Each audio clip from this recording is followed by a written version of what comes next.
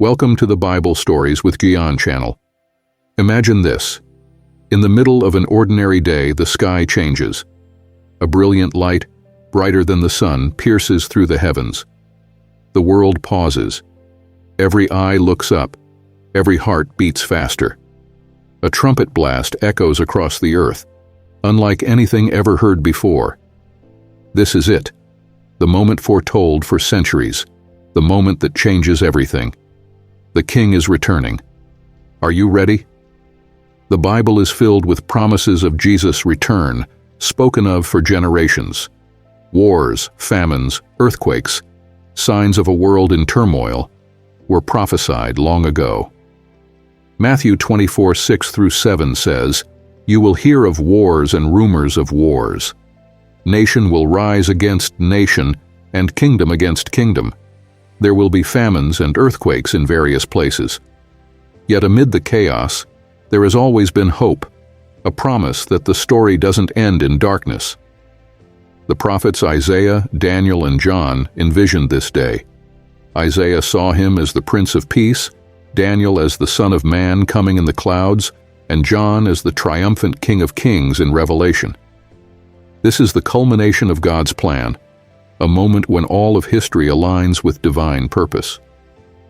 On that day the heavens will open, and Jesus will descend, not as the suffering servant we read about in the Gospels, but as the King of Kings and Lord of Lords. Revelation 19:16 describes him. On his robe and on his thigh, he has this name written, King of Kings and Lord of Lords. His eyes blaze like fire, and his presence is overwhelming. The earth responds, mountains shake, the seas roar, and the skies dim, overshadowed by his glory. Philippians 2:10-11 reminds us, "At the name of Jesus, every knee should bow, in heaven and on earth and under the earth, and every tongue acknowledge that Jesus Christ is Lord." For some, this is a moment of joy and worship. For others, it is a moment of fear and realization. Then comes the great separation. Jesus speaks of this in Matthew 25:32-33. "All the nations will be gathered before him, and he will separate the people one from another, as a shepherd separates the sheep from the goats. The faithful, those who trusted and followed him, are gathered by his angels. Their names are written in the book of life. To them Jesus says, 'Well done, good and faithful servant. Enter into the joy of your Lord.' These are the ones who bore his name, lived for his glory, and held on to their faith through trials. But for others, the words are different. 'Depart from me. I never knew you,' he says. Their lives are laid bare, and judgment unfolds. This is not because God is cruel, but because he is just. The time of grace will have passed, and the decisions made in this life will have eternal consequences. After the judgment, the old passes away.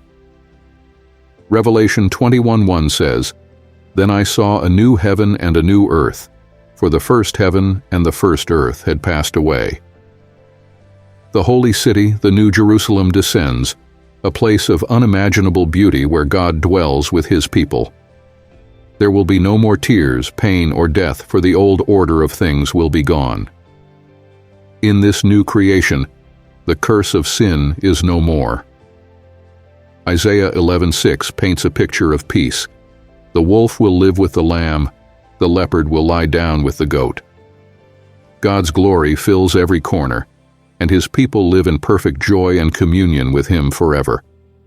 The return of Jesus is not just an event, it is the ultimate hope for humanity. To the faithful, it is a moment of overwhelming joy. To those who rejected him, it is a sobering reality. And to all, it is undeniable truth. Jesus Christ is Lord. The question is not whether he will return, but whether you are ready. Today the invitation is open. Jesus stands at the door of your heart, knocking. Will you let him in? The choice is yours, and the time is now. Thank you for joining us on this journey through the promises and hope of Christ's return. Remember, the question is not if he will return, but are you ready?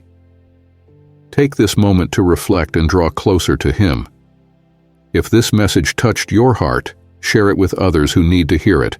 Subscribe for more faith-filled content, and together, let's stay ready for the glorious return of our King. God bless you.